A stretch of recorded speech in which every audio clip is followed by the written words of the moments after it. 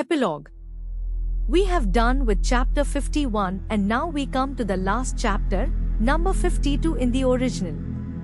In this Hematpint gave his concluding remarks and promised to give an index, giving the contents of all the chapters in verse as is given in Marathi sacred books, but unfortunately that index was not found in Hematpint's papers. It was therefore composed and supplied by an able and worthy devotee of Sai Baba, Mr. B.V. Deo, retired Mamlatdar, of Thana. As we give in English books an index in the beginning and contents of each chapter at its top, we need not consider the last index chapter here, and so we consider this chapter as the epilogue. Unfortunately, Hematpint did not survive to revise the manuscript of this chapter and made it ready for the press. When it was sent to the press, Mr. Deo found it to be incomplete and unintelligible in certain places, but it had to be published as it was found. The chief topics dealt therein are briefly given below. Greatness of Sadguru Sai. We prostrate ourselves before and take refuge in that Sai Samarth who besets all animate and inanimate things in the universe, from a post to God Brahma, pots, houses, mansions and even sky, who pervades all creatures equally without any differentiation, to whom all devotees are alike, and who knows not honor and dishonor, like or dislike. If we remember him and surrender to him, he fulfills all our desires and makes us attain the goal of life. This ocean of mundane existence is very hard to cross. Waves of infatuation beat high there against the bank of bad thoughts and break down trees of fortitude. The breeze of egoism blows forcibly and makes the ocean rough and agitated.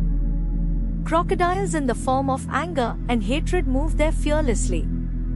Eddies in the form of the idea, I and mine, and other doubts whirl there incessantly, and innumerable fishes in the form of censure, hate and jealousy play there. Though this ocean is so fierce and terrible, Sadguru Sai is its Sagasti, destroyer, and the devotees of Sai have not the least to fear of it. Our Sadguru is the boat, which will safely take us across this ocean. Prayer. Now our fall flat before Sai Baba and holding his feet make the following prayer for the public. Let not our mind wander and desire anything except thee. Let this work, Satcharita, be in every house and let it be studied daily. Ward off the calamities of those who study it regularly. Falashruti, reward of study. Now a few words about the reward you get from a study of this work. After bathing in the sacred Godavari and after taking the darshan of the Samadhi in the Samadhi Mandir in Shirdi, you should read or hear the Satcharita. If you do this, all your threefold afflictions will vanish. Casually thinking about the stories of Sai, you will get unconsciously interested in spiritual life, and if you then go on through the work with love, all your sins will be destroyed. If you wish to get rid of the cycle of births and deaths, read Sai's stories and remember him always, and get yourself attached, devoted to his feet. If you dive into the sea of Sai's stories, and then give them out to others, you will get an avenue war of them and save the hearers from perdition.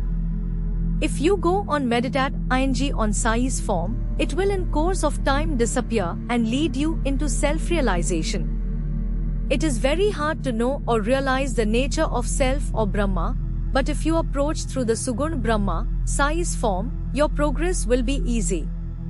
If the devotee completely surrenders himself to him, he will lose his individuality and be merged in him and be one with him, as the river in the sea. If you thus become merged with him in any of the three states, viz., waking, dream and sleep, you get rid of the bond of samsara. If anybody after bathing reads this with love and faith and completes it within a week, his calamities will disappear, or if he hears or reads it daily and regularly, all his dangers will be warded off. By its study, a man wishing for wealth will get it, and a pure trader, success in his life. He will get the reward according to his faith and devotion. Without these, there will be no experience of any kind. If you read this respectfully, Sai will be pleased, and removing you ignorance and poverty. He will give you knowledge, wealth and prosperity. With concentrated mind, if you read a chapter daily, it will give you unbounded happiness. One who has his own welfare at heart should study it carefully, and then he will ever remember Sai gratefully and joyfully in birth after birth. This work should be read at home, specially on Guru Purnima, Ashadha full moon day, Gokulashtami, Ramanavami and Dasra, Baba's anniversary day.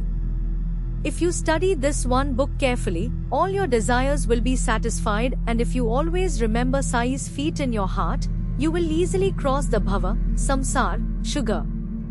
By its study, the diseased and sick will get health, the poor wealth, the mean and afflicted the prosperity, and the mind will get rid of all ideas and get readers and listeners. We also make our bow to you all and make you a special request. Never forget him whose stories you have read day by day or month by month. The more fervently you read or listen to these stories, the more encouragement Sai gives us to serve you and be of use to you. Both the author and the readers must cooperate in this work, help each other and be happy. Prasadyachna. We close with prayer to the Almighty for the following prasad of favor. May the readers and devotees get complete and wholehearted devotion to Sai's feet. May his form be ever fixed in their eyes, and may they see Sai, the Lord, in all beings.